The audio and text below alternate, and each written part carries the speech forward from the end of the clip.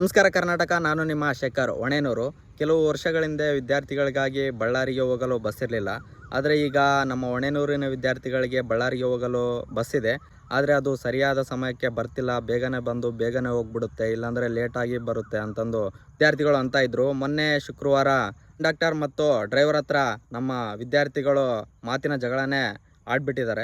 ವಿದ್ಯಾರ್ಥಿಗಳು ನನಗೆ ಕಾಲ್ ಮಾಡಿದರು. ಸೊ ಈ ಥರ ಸರಿಯಾದ ಸಮಯಕ್ಕೆ ಬರ್ತಿಲ್ಲ, ಮತ್ತು ಅವರು ನಮ್ಮ ಇಷ್ಟ ಬಂದಂಗೆ ನಾವು ಬರ್ತೀವಿ ಅಂತಂದು ಪ್ರತಿಕ್ರಿಯೆ ನೀಡ್ತಿದ್ದಾರೆ ಅಂತಂದು ಹೇಳಿದರು.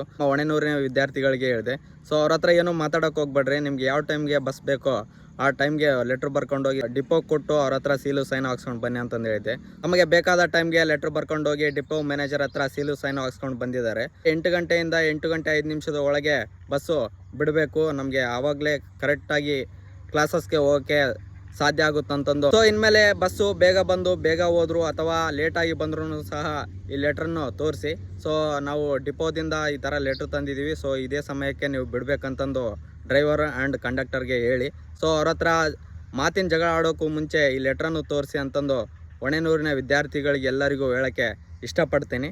ನಮಸ್ಕಾರ.